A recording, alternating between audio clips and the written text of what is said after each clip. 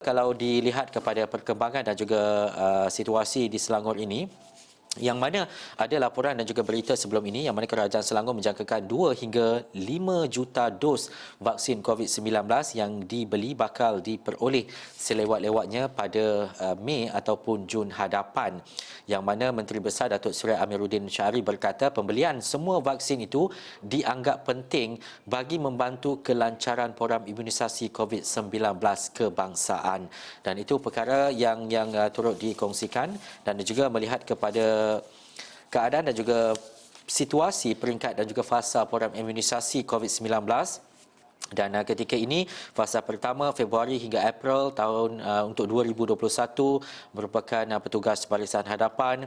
April Ogos 2021 adalah bagi mereka yang berumur 60 tahun dan juga ke atas, dan juga untuk semua yang melepasi umur 18 tahun berada di fasa ketiga. Anda sudah mendaftar ataupun belum? Dan ketika ini lebih daripada 630,000 yang telah pun berdaftar untuk menerima vaksin COVID-19 menerusi aplikasi My Sejahtera. Kita nak terus saja kembali bersama dengan Dr. Farhan Rusli. Kali ini ada videonya bersama dengan Dr. Farhan. Tadi kita dengar suaranya.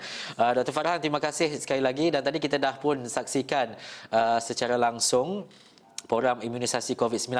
Kadang-kadang orang bertanya, doktor, kenapa perlu ada siaran secara langsung, penerimaan vaksin dan sebagainya. Tetapi ini antara langkah yang kita bawakan untuk memberi keyakinan kepada masyarakat, bukan sahaja yang ada di Kuala Lumpur, Selangor, tetapi di seluruh Malaysia, bahawa betapa pentingnya vaksin itu bagi mengekang penularan COVID-19.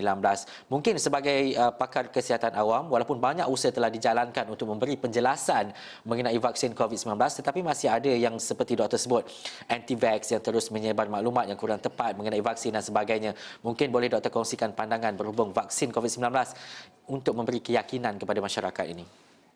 Ya, Irfan, terima kasih. Jadi apa yang kita nak cakap tu ialah kenapa benda ni dilaksanakan ataupun dibuat oleh Menteri Besar dan semalam Perdana Menteri kita. Ini adalah kerana kita nak memberikan keyakinan kepada rakyat Malaysia supaya mereka memahami bahawa vaksin ini adalah selamat. Kerana kalau tidak selamat, takkanlah mereka yang akan menjadi orang pertama, ya, the first few yang akan mencocok diri mereka dengan vaksin-vaksin tersebut. Jadi apa yang ingin kita bagi tahu kepada rakyat Malaysia ialah kita harus menerima vaksin COVID ini dan tiada agenda di sebaliknya.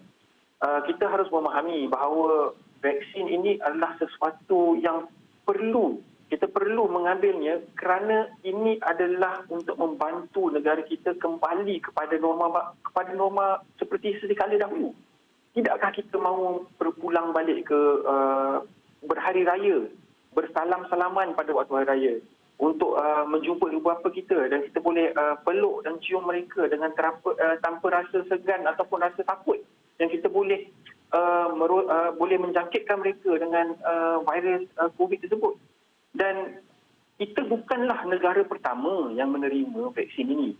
Saya faham kalau kita adalah the first country in the world untuk mensuntik, tetapi negara lain seperti di Gibraltar, mereka sudah melaksanakan vaksin ini dan telah cover lebih 60% daripada rakyat mereka. Di Israel, 80% sudah coverage, dan juga negara-negara lain. Adakah mereka akan menyuntik rakyat mereka dengan vaksin yang tidak bagus ataupun yang membahayakan? Semestinya tidak. Dan selepas vaksin ini sampai ke negara kita, vaksin-vaksin ini telah melalui kita punya badan NPRA yang memastikan lagi vaksin ini adalah vaksin yang selamat.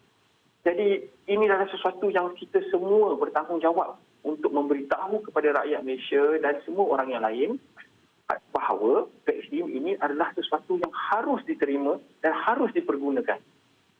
Doktor, yang takutnya adalah doktor waktu kena cucuk tu selepas dalam tempoh 30 minit, mungkin ada yang kata takut ada alahan yang besar, sengal tangan tak hilang, mungkin akan pengsan selepas tu. Ini antara perkara-perkara kecil yang mungkin kita dengar, tetapi difahamkan ia sama juga seperti suntikan-suntikan lain yang kita pernah terima sebelum ini, doktor. Betul. Jadi macam ni.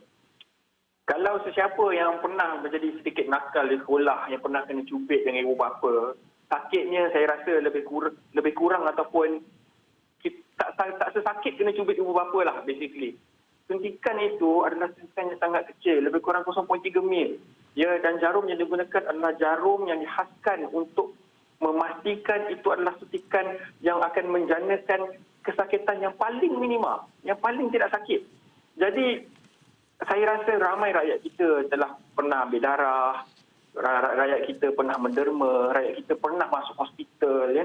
Jarum untuk mengambil darah adalah jauh lebih besar daripada jarum untuk suntikan vaksin ini. Jadi saya rasa orang tak perlu rasa takut lah, tak perlu rasa gementar. Kerana sakit itu hanya untuk beberapa minit sahaja. Ya. Tetapi apa yang manfaat yang dapat diberikan adalah sesuatu yang boleh membantu negara kita keluar daripada pandemik tersebut. Tidakkah macam rakyat Malaysia ini mahu kita kembali kepada sedia kala, berjumpa sanak saudara? Bukankah ini yang matlamat yang kita ingin mencapai? Dan saya rasa keselesaan suntikan vaksin ini jauh lebih kurang daripada ketidakselesaan apabila melakukan swab test ataupun nasal test. Dan sebab itu saya sarankan untuk semua rakyat Malaysia, sign up for the vaccine, get your vaccine shot. Lagi cepat kita boleh melalui benda ini, lagi cepat kita boleh bangunkan balik ekonomi negara kita. Doktor, untuk waktu berbaki ini, saya nak tanya doktor lah, kita nak sembang perkara yang mungkin memberi pemahaman yang lebih mudah. Kalau doktor ada analogi untuk 10 orang, daripada 10 orang manusia dan juga kelompok itu, mungkin 7 ataupun 8 daripadanya menerima vaksin COVID-19, bagaimana situasi itu mempengaruhi jangkitan COVID-19 itu? Kalau doktor boleh terangkan dengan mudah. Okey, saya akan terangkan dengan lagi mudah daripada tersebut. Ya. Kita ambil satu keluarga di Malaysia. Dalam keluarga itu, dia ada 7 anak beranak. Ya? Ibu bapa, 5 anak. Tapi mereka duduk dengan atuk dan nenek mereka. Bermakna ada 10 orang di dalam rumah itu. Termasuk dia punya bibi. Untuk sebagai contoh, ya, cukup 10. Jadi, di dalam keluarga itu, ada beberapa orang yang umur dia bawah 18 tahun.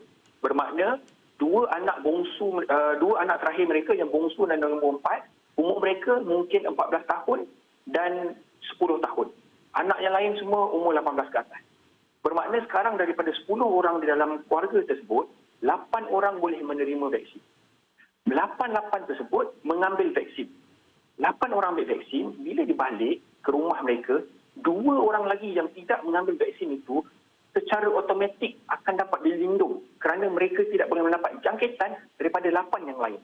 Tetapi bayangkan kalau situasinya berbeza. 2 orang sahaja yang menerima vaksin dan 8 lagi tidak mahu menerimanya. Jadi apabila 2 orang itu balik dan 6 orang lagi yang tidak mahu menerima vaksin tersebut, mereka boleh menjangkitkan bukan sahaja 6 tetapi menjadi 8 orang, termasuk 2 yang tidak boleh menerima vaksin tersebut. Dan sekarang kita ada satu kluster baru sebab melibatkan 8 orang. Kerana yang protected hanyalah 2. Di situlah kita ingin mengatakan kepada rakyat Malaysia, benda ini bukan untuk keuntungan kerajaan, bukan untuk keuntungan sesiapa, tetapi keuntungan untuk diri kita sendiri, untuk keluarga kita sendiri. Dan lindungi diri kita adalah untuk melindung mereka yang tak dapat menerima vaksin-vaksin ini. Sebab itulah kita harus all out dan kita kena vaccinate diri kita supaya mereka yang tidak dapat menerima vaksin ini, mereka akan protected, mereka akan dilindungi. Jadi, kita ambil vaksin ini, macam saya menerima vaksin, bukan untuk diri saya, tetapi untuk melindungi anak-anak saya, untuk melindungi mereka yang at risk, kumpulan-kumpulan yang berisiko. Dan jika saya degil dan saya tidak menerima vaksin tersebut, saya akan membahayakan orang-orang yang tidak layak untuk menerima vaksin tersebut. Dan itulah konsep of herd immunity ataupun imunisasi secara berkelompok. Jelas doktor, terima kasih Dr. Farhan Rusli, pakar perubatan kesihatan awam atas masanya, diskusi dan juga penerangan, dan kita mengharapkan lebih ramai untuk kita menerima vaksin COVID-19 dan juga perjalanan menerusi fasa pertama sehingga ketiga ini berjalan dengan lancar dan akhirnya kita dapat membentuk kelompok imuniti yang boleh terhindar daripada jangkitan COVID-19. Dan seperti yang Dr. Farhan sebut tadi, kita tak rindu ke untuk berada dan juga dalam keadaan seperti sebelum ini. Itu perkara yang harus kita ingat dan juga kita fahami.